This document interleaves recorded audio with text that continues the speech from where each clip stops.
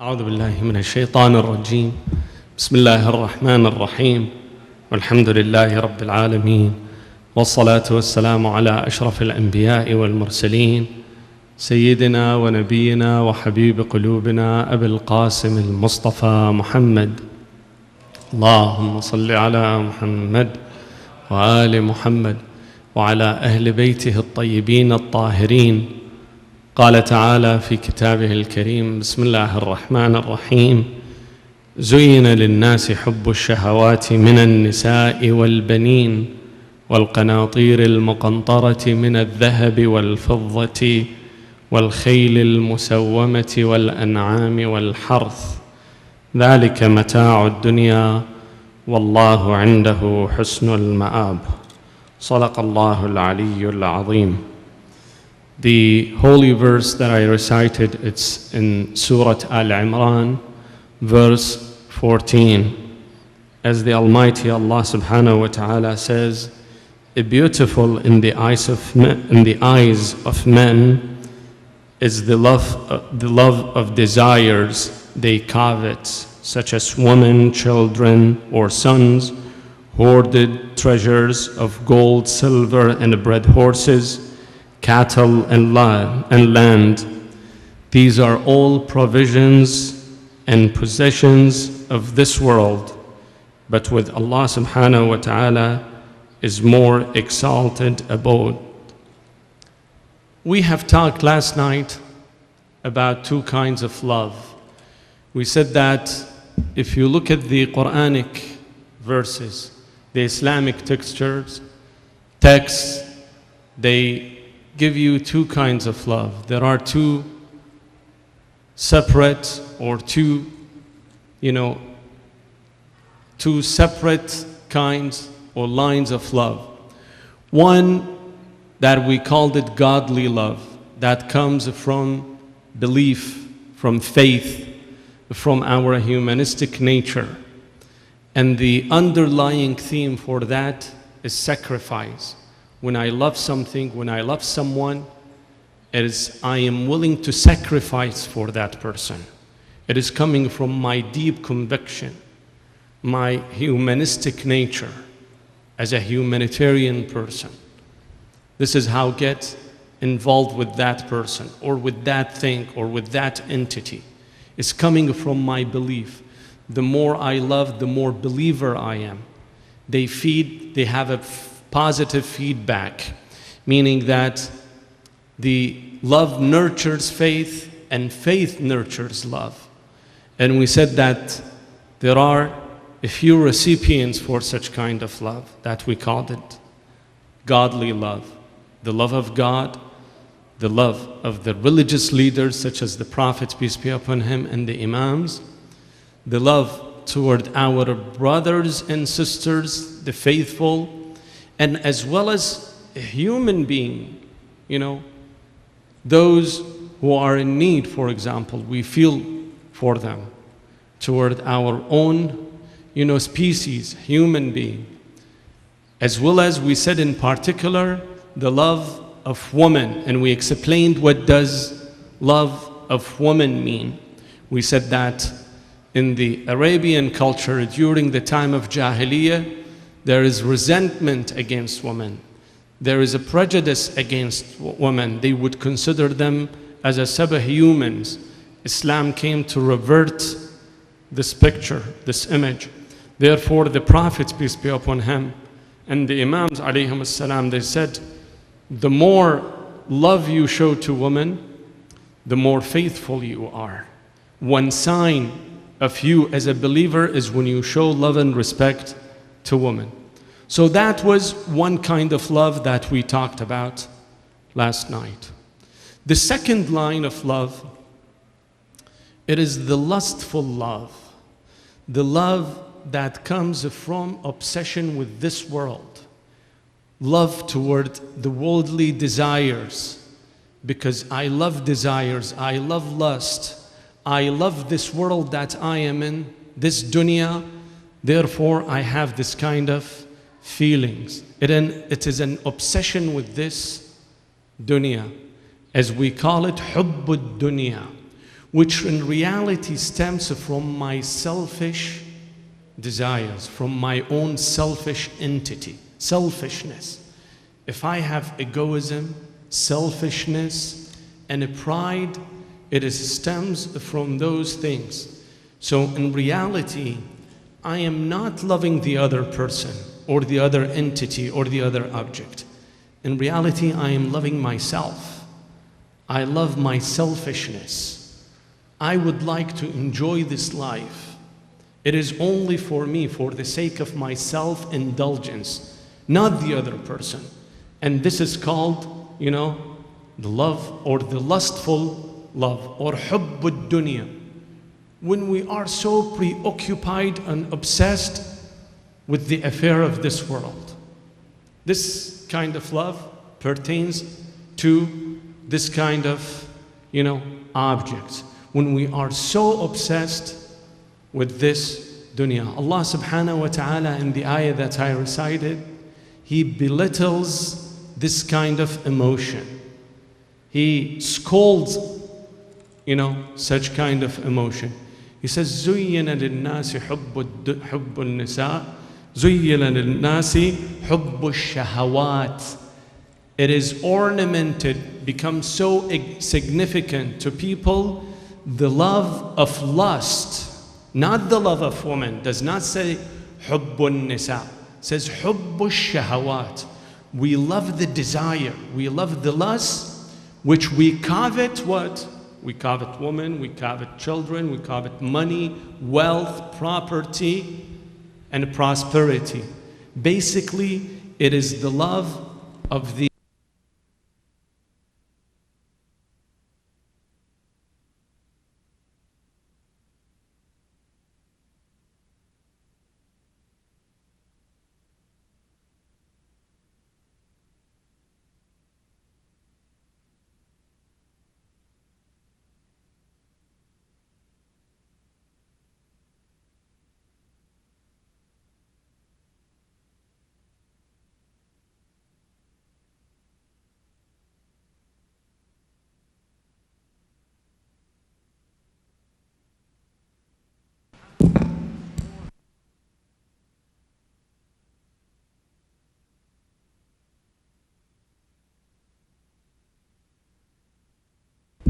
Okay, it's working now.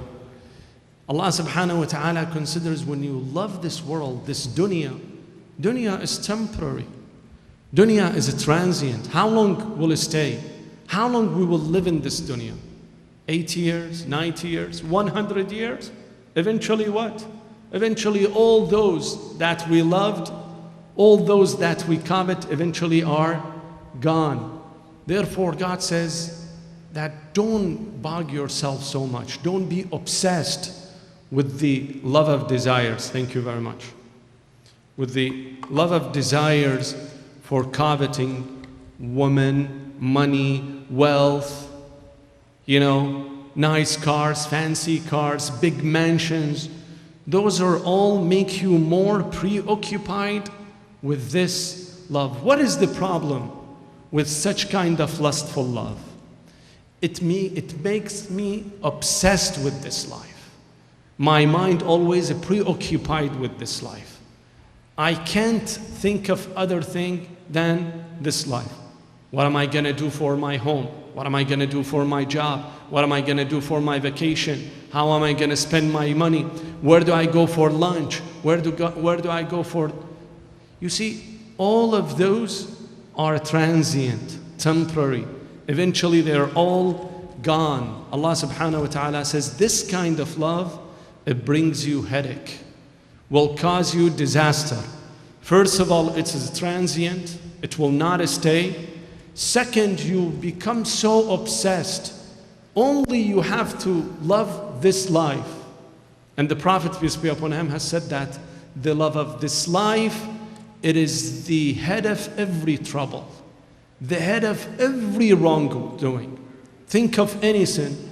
When you think of any sin, you see that the source of that sin, the origin of that sin, it has to do with me loving this world. حُبُّ الدُّنْيَا رَأْسُ كُلُّ خَطِيئَةٍ. The love of this life, it is, it is causing all kind of wrongdoings, all kind of sins. Now there is a fundamental question, an important question. So that I said, women and children and money and wealth and car and mansion, those are bad. Those blessings that Allah subhanahu wa ta'ala has given us are bad, that we have to abandon them? Should I go and divorce my wife? Should I give my property away? Should I abandon everything and go to the cave and live in the cave? Is that what we mean? What is the meaning when we say don't love those, don't covet those? What is the reality? What we are trying to say? Obviously, I don't mean this. It doesn't mean that we have to abandon all of those and say goodbye and leave. No, what we are saying when we say don't have the desire for the worldly objects, the money, the wealth, the wife, a beautiful wife, children, we meant that those don't become our end result, that those by themselves don't become our objectives, that we become so obsessed with them for the fact that they are. Because I want money for the sake of money. I want to be wealthy for the sake of being wealthy, just to enjoy it in this life. This is the problem with it. But if my wealth and money and my wife and children and my mansion and my post all become as a means for me, as a vehicle for me toward reaching akhirah, toward getting close to Allah subhanahu wa ta'ala, there is nothing wrong with it. In fact, Islam and Quran advise you to go after this. Look at this beautiful story. One day a man have heard the Imam narrates this hadith from the Prophet. Imam al-Sadiq alayhi salam used this hadith from the Prophet where he said, حُبُّ الدُّنْيَا رَأْسُ كُلُّ خَطِيئَةٍ. Love of this life is the head of every wrongdoing, every sin. This man was puzzled. He came to the Imam. He said, Ya ibn Rasulillah, all of us love money. Who hates money? Who doesn't like money? Who doesn't like a big mansion? Who doesn't like, not to have a beautiful wife and beautiful spouse and children? So does it mean that because I love money and I want to seek money, does it mean it is bad? Listen to the Imam, what the Imam alayhi salam told him. He asked him, you want the money, what for? What is your purpose? What is your agenda? Why you're seeking money? The man said that, I am seeking wealth and money so I make my family comfortable, so I can reach out to my relatives. I pay them, I give them something, and help the needy, help the poor, help my family, help my relatives, and help my, the needy people, the poor people. Listen to the Imam, alayhi salam. The Imam said, ذَلِكَ مِنْ حُبِّ الْآخِرَةِ. This is not love of this life. This is love of akhirah. You are reaching with this money that you have, you are reaching toward akhirah. You are using it as a means, as a vehicle toward the akhirah. And here the ayah says, ابتغي فيما آتاك الله دار الآخرة. God has given you this, utilize it, make it as a means while you enjoy yourself. ولا تنس نصيبك من الدنيا. Enjoy yourself, but make it as a source of perfection. I would like to have money, I would like to have a beautiful wife, I would like to have wonderful children for the sake of my perfection. So I ask closeness to Allah. With those, I reach so close to Allah. This is the meaning of love of akhirah. While the first intention, it all has to do with my intention.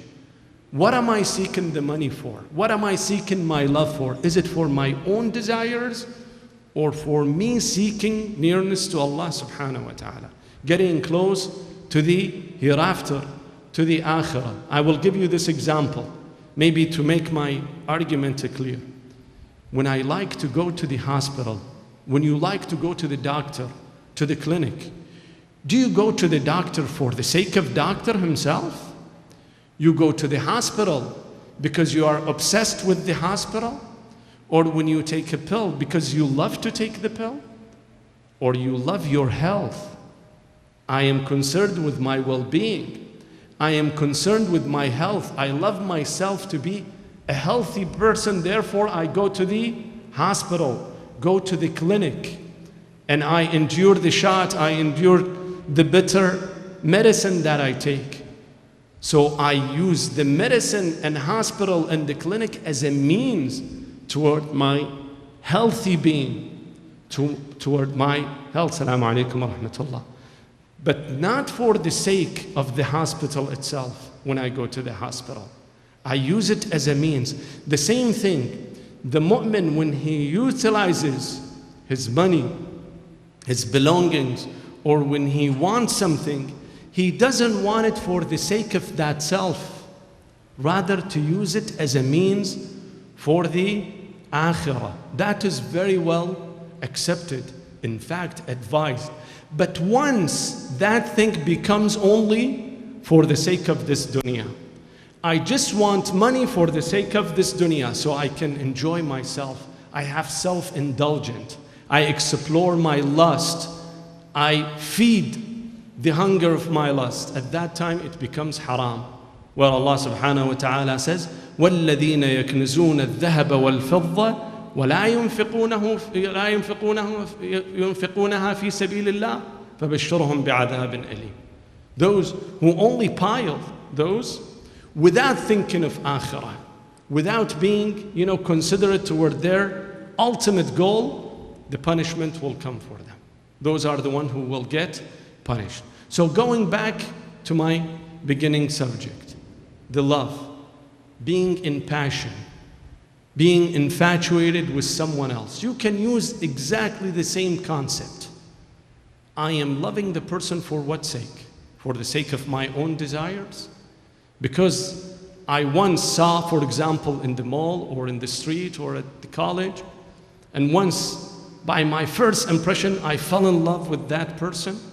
Is that the one that without really knowing the background of the person, whether I am suitable or not suitable, whether we're gonna make it or not gonna make it? Is that what the reality is? Islam tells you this is you are feeding to your lust, your desires. These are rejected. But if someone really in love with the person, with the opposite sex, let's say, there is a means. There is a legitimate means. There is a legal way. Quran and Islam and religion tell you, here, if you are really in love with the person, there is a legal means. Go and propose. The, holy matrimony, the matrimonial relationship, where Allah subhanahu wa ta'ala has advised for and says you can find love, you can find harmony, you can find settlement within the spouses, between your spouse. وَمِنْ آيَاتِهِ أَنْ خَلَقَ لَكُم مِّنْ أَنفُسِكُمْ أَزْوَاجًا وَجَعَلَ بَيْنَكُمْ مَوَدَّةً وَرَحْمَةً خَلَقَ لَكُم مِّنْ أَنفُسِكُمْ أَزْوَاجًا لِتَسْكُنُوا إِلَيْهَا وَجَعَلَ بَيْنَكُمْ مَوَدَّةً وَرَحْمَةً. The legal means, the only normal way of getting into this line of love and affection and passion is through, through marriage. You go and get married, and at that time you love your wife, she loves you. You will end up having a healthy family, you raise healthy kids. This is the way it is. But if your intention is none of that, no, it is just to feed the hunger of your desires, the lust, as I said, by only, feeding your own desires by first sight. That is what Islam and Quran prohibits. Why? Because that will make you so obsessive with this world. And when you become so obsessive with this world, you stop thinking normally. We lose the control of ourselves. We cannot think objectively. We cannot think normally. You see, there is a beautiful story in the Holy Quran. Allah subhanahu wa ta'ala has immortalized this story, so it becomes a lesson for generations to come. It is when this sort of love, the lustful love, becomes so strong that takes the owner of that love, all the way to the abyss, to the bottom. And that is the story of Zulaikha with Yusuf alayhi salam. Look how beautifully Quran depicts the story. First of all, who was Zulaikha? Zulaikha was the wife of the premier. First of all, she was a married woman. Second, it is narrated that she was one of the most beautiful ladies in town. Third, she was the first lady, a married woman to the premier, very beautiful, and first lady with all the prestige that she had, yet she coveted her servant, Yusuf alayhi salam. She never thought for 1 second that, oh, I am married. I am a first lady. Let's look at my position. Something stops me from, coveting this kind of desire. No, it didn't go like this. Rather, she went, chasing and following her commanding soul. As the Quran says, it says that, وَرَاوَدَتْهُ الَّتِي هُوَ فِي بَيْتِهَا عَنْ نَفْسِهِ.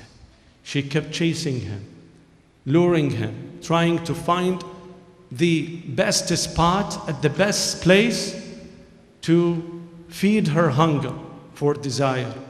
Eventually, she got to the point that she locked all the doors and being by herself with him alone. When he rejected her, she was so desperate. This is what I am saying, that this kind of love makes it so difficult that we think wisely. We stop to think wisely. We stop to think objectively.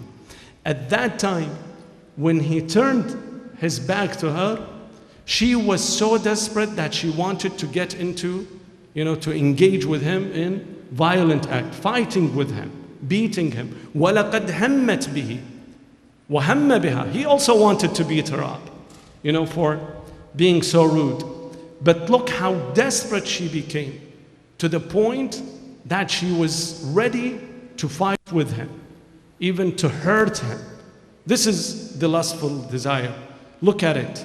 This lustful love, again, the real thing, it is myself. I am thinking about myself. I'm not thinking about the significant other. In fact, the significant other is becoming my victim. I am victimizing the person, not for his own or her own love, for her own sake, rather for my own sake. Not only that, when the rumors spread everywhere, people start to hear about this story, and she heard that woman in the town talking about the affair, that she has become so captivated with her servant. She didn't deny it. She didn't cover it up. She didn't say, no, this is not a true thing. Rather, she emphasized on it. وَقَالَ نِسْوَةٌ فِي الْمَدِينَةِ امْرَأَةُ الْعَزِيزِ تُرَاوِدُ فَتَاهَا عَنْ نَفْسِهِ. They were so amazed, appalled. The first lady in town, the most gorgeous lady, still, she's captivated by her slave, by her servant, and she's pushing him, she's harassing him for this. Look how, the desire becomes so strong that they lose control. Sometimes people commit suicide. I know several incidents that the person, his lover or his girlfriend, told him, no, sorry, I don't love you anymore. They go and committed suicide. One happened a few years ago, 5 years ago. One day, I remember back in the 90s, it was the beginning of the time that we migrated to the US. One day, my father got a telephone call. A 14 years old kid at high school hanged up himself. Why? Because his girlfriend told him that, sorry, let's be friends, I have someone else. He go and killed himself. Why? Because they become so obsessed with this love, with this life. Therefore, they stop thinking wisely. It becomes over-exaggerated, very exaggerated. You see, one day a man came to Imam al-Sadiq alayhi salam, told him, is that acceptable that someone becomes so much in love that he becomes like Romeo and Juliet? Is that okay? Look how beautiful the Imam alayhi salam answered. Look, he said that those قلوب خلت من حب الله فأذاقها الله حب غيره. Those hearts were devoid from love of God. Therefore, God made them, fall in love with something else. You see, this cup, if this cup is not filled with orange juice, with water, it gets filled with what? With air. This cup has to be filled with something. The same thing, if I don't fill my heart with love of God, with love of my brothers and sisters, with the love for my cause, my humanitarian concerns, I find an alternative. Remember last night when we recited the ayah? وَمِنَ النَّاسِ مَنْ يَتَّخِذُ مِن دُونِ اللَّهِ أَنْدَادًا يُحِبُّونَهُمْ كَحُبِّ اللَّهِ. They will take other alternatives, other entities, and they love them as much as they love God. وَالَّذِينَ آمَنُوا أَشَدُّ حُبًّا لِلَّهِ. But the believer, the love of God is in his heart. So this lady, Zulaikha, was so obsessed with him that she was going to go to extra mile, to satisfy her own desires. When they ridiculed her, when they scolded her for her action, she brought them all and told them, look, this is Jesus, this is Yusuf. Look at Yusuf, how beautiful and gorgeous he is. And know this, you know what? وَإِن لَمْ يَفْعَلْ مَا آمُرَهُ لَيُسْجَنَنَّ وَلَيَكُونَنَّ مِنَ الصَّاغِرِينَ. If he doesn't budge in, if he doesn't go with my will, I will punish him. I will punish him with what? With a prison. He stayed in a prison for 14 years. 14 years, the beloved of Zulaikha ended up in the prison. So here is the question. The person who has this kind of love, the lustful love, is it for the sake of himself or for the sake of others? Definitely not for the sake of his beloved. The beloved becomes a victim. The beloved suffers from the love that I have in this way, the lustful love. Therefore, Yusuf alayhi salam ended up in the prison for 14 years just because he did not budge into her desires and what she wanted. Now the question, brothers and sisters, where did this lustful love comes from? How do we end up having this kind of lust? I will give you the answer after your big and loud salawat.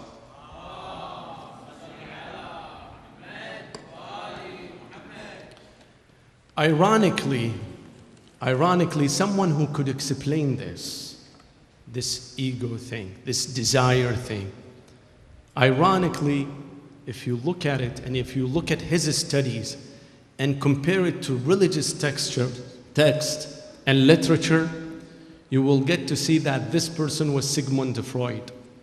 Sigmund Freud, according to my own, humble belief, maybe I am wrong, but when you look at his studies and his theories, you can explain this fact. You can explain this kind of love. Those who've gone to college and have studied psychology, they know what I'm talking about. Sigmund Freud was a psychiatrist, and he's well known for his psychoanalysis school of thought. Now, when he describes human personality, he says that there are three elements within each person's personality. Let me give you first the introduction, then I apply this lustful love to what he has said. He says that this part of every person's personality, there are three elements. One that is called id or ID. The second one is called superego. And the third one is called ego. Now, what are those? The first thing, the id, it is our own a primitive impulse, our desire. We are born with this kind of desire. It is an impulse that tells you, go and eat, you're hungry. Satisfy your hunger, satisfy your anger, satisfy your sexual need. This, if you want to look, its counterpart in the religious context, it is called the commanding soul.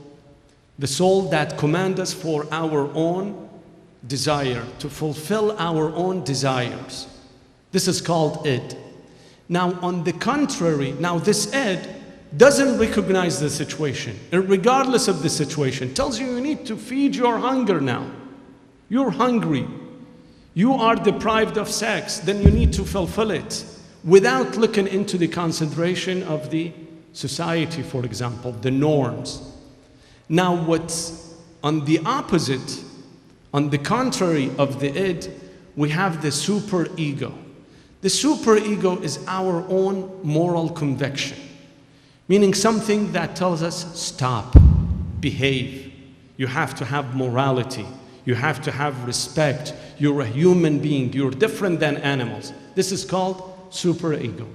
Now, the ego is something between that balances my id with my superego. Whenever I need to fulfill my id, but given into consideration my morality and the morale and the ethics. These are the three things. Now he says that every child is born with id. Every child is born with desire. Now the child loves his id, his desires, and loves whoever who fulfills these desires. For example, the child loves his or her mom. Why they love her, his or her mom? Because the mom feeds him. The mom protects him. The mom nurtures him, takes care of him, cleans him. Therefore, whoever fulfills this self-love of id for this child, he loves him. For example, if the mom stops cleaning him, stops doing her duty, would the child love her? No, the child would not love her. He would love who? He would love the nanny. The nanny and the mom to the child, to the eyes of child, are the same. As long as the person is fulfilling his own self-love. I am helping the kid to recognize his self-love. His desires, feeding into his desires. Be it a mom or be it the nanny. If the mom stops, he gets, attached to the nanny. He loves the nanny. Those of you who have been in the Gulf countries, who have maids, servants, the Sri Lankan, the Indonesians, you know what I'm talking about. When this lady about to leave, the maid, finished her term, 5-6 years, she's at the airport saying goodbye. You see those kids are crying, wow, making noises. Why? Because that nanny who used to serve them, feed into their desires, are gone. They don't pay attention to the mom because the mom doesn't play any role anymore. So the child comes with this. The child loves to possess anything. He doesn't recognize that this doesn't belong to him. It is not for him, it's not his property, but he wants it. Why? Because that would nurture his desires, his self-love. As the child grows up, becomes 3 years old, 4 years old, here where the ego kicks in, tells him you gotta balance. You cannot have everything. You can have something, but if you want to give something, you need to give it with a price. For example, a child who has his own possessions, has his toys, belongings. When another child wants to play with him, or you, the mom, ask him to give his toys to someone else, you have to satisfy him. Either you hug him, you kiss him, or you promise him for something else, or you give him $10 At that time, the child learns how to bargain. He becomes a good businessman. He gives something, but in return, he gains something else. You gotta hug him, tell him, no, little sweetheart, if you do this, then I'm gonna buy you ice cream. If you play with this kid, if you let him share with you your toys. He learns that at one point he has to compromise between his complete desires, okay, and for something that he gives away.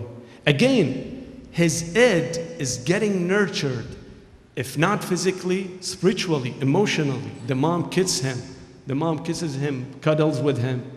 You see that? Until he grows up. When we grow up, we all have this id with us, this desire with us. But now what has changed, it is those objects that we loved. We used to love lollipop, love the toys, love chewing gums and things like that. But now we're grown up. We have reached puberty, we have reached maturity. We're not anymore interested into, those childish things. Now we need something more important, something that can satisfy our sexual desire. Now, I need those. What should I do? The problem is this, that to fulfill my desire, it has to be with someone else. There is someone else that I need to take care of this business, to take care of my desire. It is very awkward. Before, I would go to my mom and abashedly tell her that I need a toy, I need food, I need ice cream. But now it looks very awkward. What should I go? Go to my dad and tell him, oh dad, I need to do some hanky-panky? It doesn't work. It is bad, immoral. What should I do? I need to take care of my desire. At that time, I start to think, okay, I need to sugarcoat it. I need to candy coat my desires. How do I present it? I present it with love. I say, I am in love. I love the person. I become a philosopher. I become a theoretician. Oh my God. The minute that I saw you, a change flipped my whole world. You're the reason that I am breathing now. You're God sent. You came all the way, an angel from heavens. But in reality, it is that little desire. I care less about all those words. I don't care. Who's the person, where did she come from, what she thinks, what.